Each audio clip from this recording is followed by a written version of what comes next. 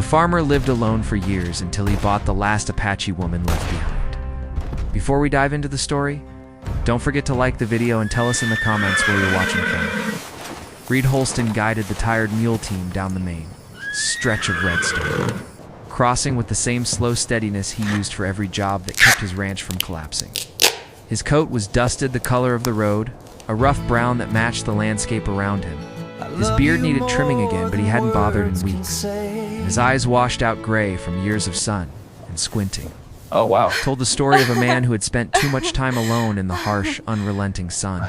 The town was small, So if we were to lay nestled the between the foundation dusty here, hills and it would dry give us more plains that stability. stretched out like endless waves of What earth. about the water runoff Reed in had that come into section? town for supplies. This is my land. As he did every She's few under my weeks, protection. his routine never changing.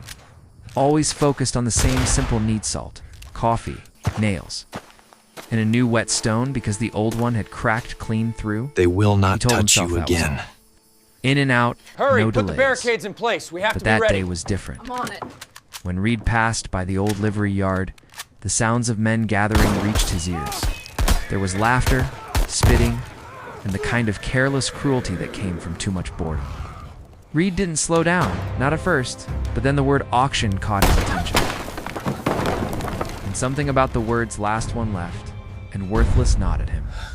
He tightened his grip on the reins, It's okay. feeling the tension rise here. within him, and set the brake before stepping down. Asterisk, when the sun hung low over the dusty plains of Red River.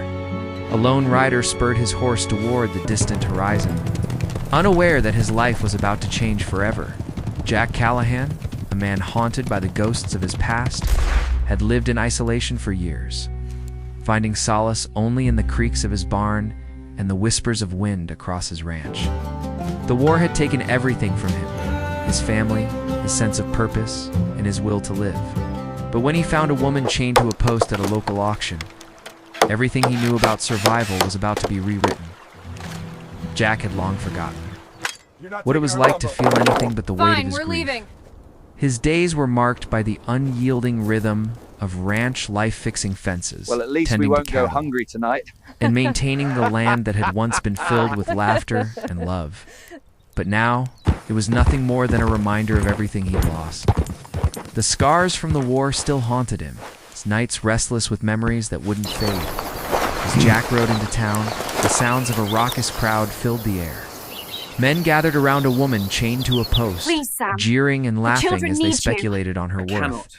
Is She your was an honor Apache truly woman, so little? her face All right, a but mask it of is temporary. defiance, her eyes locked on nothing What's and going everything on at out once. here? Jack didn't know why, We're scared, but mister. something stirred within him. Please help us. He dismounted, his boots hitting the ground with a Keep your heavy stance thud wide. as he approached the scene. "What's her story?" Focus your weight. Jack asked, his voice low but steady, catching the attention of the man overseeing the auction. "She's stubborn," the man sneered, looking at her with disdain. "Won't kneel, won't beg. She's been here for 3 days and nobody's been able to buy her. She's worthless." But Jack saw something in her eyes that spoke of resilience, something he recognized, something he understood. Without hesitation, he reached into his pocket and handed over the bills. Purchasing her freedom, the woman didn't say a word as I the owe you chains my fell life. from her wrists. She simply followed him, her bare feet barely making a sound on the earth, her gaze steady and unwavering. Jack didn't try to speak to her, didn't force her to look at him. She was a stranger to him, as he was to her. But the silence between them felt like an understanding that neither could explain as they arrived at Jack's ranch. The land stretched out before them, barren in some places and alive in others. It was a place where nothing could be taken for granted, where survival meant working hard and trusting no one. Jack led the woman inside the cabin, offering her the small bed he had once shared with his late wife. She didn't protest, just took the space with quiet grace. That night, as Jack sat by the fire, Okay, they're coming. he could feel Get the ready. weight of her presence, even in the silence. She didn't speak, didn't ask for anything. She just existed, and in that quiet way, she reminded him of the strength he had forgotten he still had. But their journey together wasn't going to be an easy one. As the days passed, Jack found himself drawn to her in ways he couldn't explain. She wasn't like the women he had known, and certainly not like the people from his past. But there was something in her eyes that made him wonder if he could heal too, if they could heal together, one afternoon. As Jack and the woman worked together on the far end of the ranch, a group of men from Redstone Crossing rode into town, guns drawn and ready for trouble. They had heard rumors about Jack's new property and didn't take kindly to the idea of an Apache woman living under his roof. Tension thickened the air, and before Jack could react, the men drew their guns. This is my Jack's land. hand moved instinctively to his holster. Protection. The sun was setting, casting long shadows across the dusty ground as the men closed in. The woman stood by his side, her eyes calm but ready. Jack knew the risk he was taking, but there was no turning back now. Hurry, put the standoff barricades was in place. inevitable. We have to be ready. Asterisk as the weeks passed, a familiar face from Jack's past appeared on the horizon. It was a man who had once fought alongside him in the war, a man who had lost everything to accept his loyalty to Jack. Or so Jack thought. But when the man turned up at the ranch one evening with a group of rough riders, Jack's gut twisted. There was something wrong. "You're hiding a criminal," the man accused, his eyes filled with accusation. It's okay. "That woman's dangerous, Jack. You're making a mistake." Betrayal cut deeper than any bullet. Jack had trusted this man, had shared his pain with him. And now, with his life threatened, Jack was forced to decide, would he protect the woman he had bought, or fight the battle he thought he had left behind?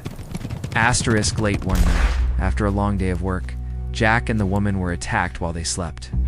The men from Redstone had come, sneaking in through the dark, their guns aimed at Jack's head. They didn't want money. They didn't want revenge. They wanted blood. The ambush left Jack wounded, but with the woman's help, he managed to fight back. Taking down 2 men and sending the rest scattering into the night, asterisk weeks of isolation. Danger and emotional conflict pushed Jack to the brink. One night after an argument about the future, Jack left the cabin, feeling as if the weight of the world had collapsed on him. The wind howled as he walked toward the pasture, unsure of where he was going. But when he reached the ridge, something in him broke. The woman had followed him, her presence like a quiet understanding. They stood there, together, under the vast open sky. The winds of change swirling around them. The children need you. Through every trial and heartbreak, Jack and the woman had begun All right, to heal it together. is temporary. They found in each other something they had both What's going lost. on out here? But it wasn't easy. We're scared, It mister. never was. Please help But in the us. end, they both realized they weren't just Keep surviving your stance anymore. wide. They were living. They were finding Focus your meaning in weight. the land, in each other, and in the life they had started to build. And as the sun dipped low over the plains, Jack knew one thing for certain. No storm, no war. No prejudice would ever take that from them again. Asterisk, asterisk.